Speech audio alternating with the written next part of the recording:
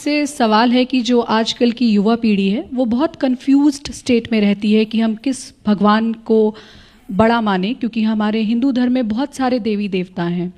क्या गणेश भगवान सबसे बड़े हैं, शंकर भगवान सबसे बड़े हैं, हनुमान जी सबसे बड़े हैं? तो ऐसी युवा पीढ़ी को आप क्या संदेश देना चाहेंगे? बहन जी, एक दुकान में एक आदमी गहना खरीदने गया तो उसने गोल्ड की रिंग भी खरीदी, ब्रेसलेट भी गोल्ड का खरीदा, मंगलसूत्र भी गोल्ड का खरीदा और अंगूठी भी गोल्ड की खरीदी। और चारों उस दुकानदार ने रखी तो उसने क्वेश्चन किया, बड़ा सोना कौन सा है? उसमें कोई भी बड़ा नहीं है, सब समान है। मिट्टी का बर्तन कुल्हड़ भी बनता है, मिट्टी की थाली भी बनती है, मिट्टी का मटका भी बनता है, सोने का कर्णफूल भी बनता है और सोने का ब्रेसलेट भी बनता है, पर सोना तो सोना ही होता है, मिट्टी तो मिट्टी ही होती है। वैसे ही आप चाहे कृष्ण की पूजा करो, भगवान राम की पूजा करो, श्री राधा रानी जी की पूजा करो, या फिर आप हनुमान जी की पूजा करो या शिव की पूजा करो, बरगद की किसी भी टहनी पर चढ़ना प्रारंभ कर दो, पहुंचोगे तो बरगद पर ही। ऐसे ही किसी भी परमात्मा को पकड़ लो, पहुंचोगे परमात्मा। लेकिन ये कहते हैं ना कि महादेव तो देवों के देव हैं। वो देवों के देव क्योंकि इनके घर में सब लोग पूजे हैं, बाकी देवताओं के एक ही दो पीढ़ी पूज पाई, इनका पूरा खानदान पूजता है। शंकर जी का, महादेव का पूछो कैसे? अब शंकर जी पूज रहे स्वयं, इनकी धर्मपत्नी पार्वती माता पूज ही रही। अच्छा चलो ठीक है, पार्वती जी तो बहुत से देवताओं की दोनों लोग जोड़ी से पूज रहे, इनके पुत्र भी पूज रहे, गणेश, कार्तिकेय, चलो बहुत लोगों के पुत्र भी पूज रहे। नहीं, इनकी बहुएं भी पूज रही, रिद्धि सिद्धि, इनके नाती पोता भी पूज रहे, शुभ लाभ। इसलिए बाकी सब देव हैं, ये महादेव हैं। आपकी अदालत में अगला हिस्सा। बहुत सारे लोगों का आरोप है, आप कहते हैं कि भारत बटा, हिंदू घटा, हिंदू डर गया, हिंदू को डराया जा रहा है। कौन डरा रहा है? हम डराते हैं या जगाते हैं? हम हिंदुओं को बचाना चाहते। 6 राज्यों में अल्पसंख्यक हो गए हिंदू, बेटियों को काटा जा रहा, चुप है हिंदू।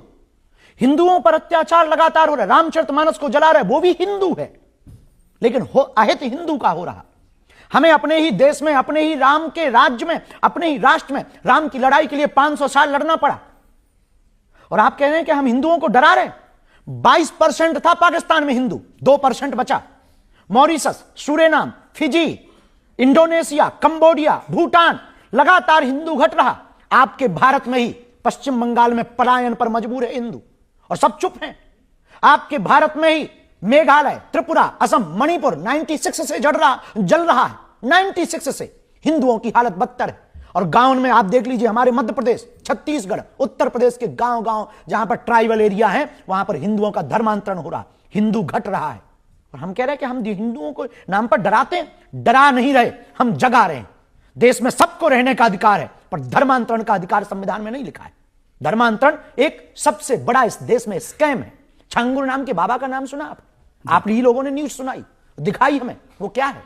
वो बचा रहा था हिंदुओं को, वो हिंदुओं को हालत क्या कर रहा था। एक छांगुर बाबा आया, 4000 हिंदुओं को मुसलमान बना गया, और हम हिंदू को बचा लें तो हम इस देश में द्रोही होते, हम इस देश में धमकी देने वाले हो जाते, हम इस देश में दंगा फैलाने वाले हो जाते। हम पर आरोप लगाए जाते हैं कि बाबा अमीर है, हम पर आरोप लगाए जाते हैं कि बाबा ऐसा है, हम पर आरोप लगाए जाते हैं बाबा ऐसा है, बाबा तो फलानी पार्टी का है, हम पर आरोप लगाए जाते हैं, धमकियां दी जाती हैं, परिवार नहीं हमारा निकल पाता। आप कहते हैं हम डराते हैं? हमारे घर पर 3 बार हमले हुए, खुद पर जीवन में 6 बार हमले हुए, कितनी FIR हुई हमारे नाम पर, और आप कहते हैं हम हिंदुओं को डरा रहे हैं।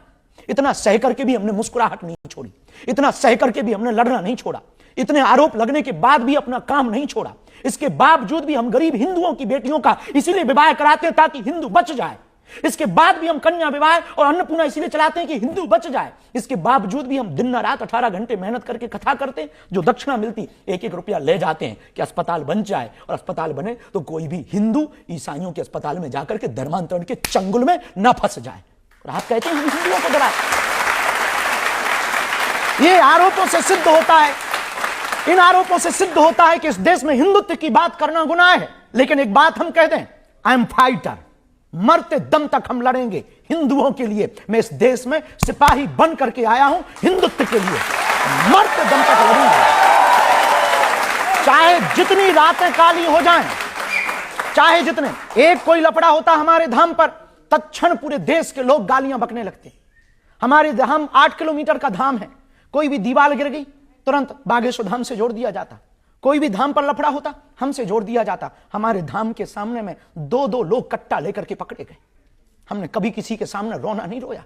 हमने आंखें, हमारी मां निकल नहीं पाती, हमारा भाई अकेला निकल नहीं पाता, लोग इतने लगे, धमकियां इतनी, फिर भी हमने कभी किसी के सामने रोना नहीं रोया कि लोगों को यह ना लगे कि हम डरपोक हैं, लोगों को यह ना लगे कि हम भयभीत हैं। यदि बलि चढ़ती हो तो चढ़ जाए, जितने आरोप लगने हो। विदेशों में हम जाते हैं, हमारे खिलाफ पर लोग मेल भेजते हैं, हमारे खिलाफ पर हमें अपने आप को वहां पर प्रस्तुत करना पड़ता है कि हम भैया हिंदुओं के पक्षधर हैं, मुसलमानों के विरोधी नहीं है। हमें अपने आप को सेटिस्फाइड करना, उनको प्रमाण पत्र अपना देना पड़ता है। सीता जी, मां सीता की तो एक ही बार परीक्षा हुई साहब, हमने तो इस देश में रोज परीक्षा दी है और रोज दे रहे हैं।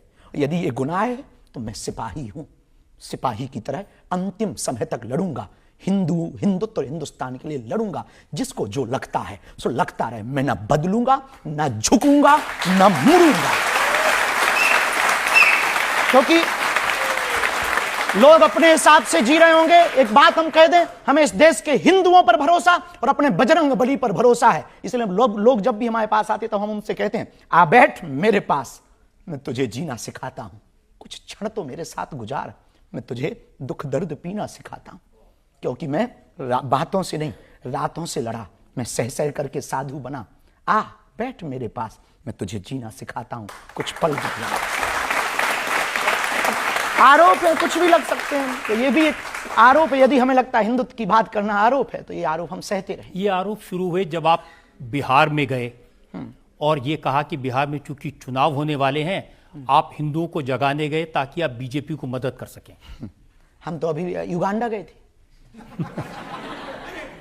कुछ भी ना, हम कुछ भी बोल देते लोग। बस इस देश में यही सबसे बड़ी दिक्कत है, 30 मिनट की फिल्म को 3 सेकंड की रील में ही खत्म कर देते हैं, सबसे बड़ी दिक्कत है। अब युगांडा में तो कोई चुनाव नहीं था भैया, है? हम अभी महाराष्ट्र जा रहे हैं, अब वहां तो चुनाव हो गए।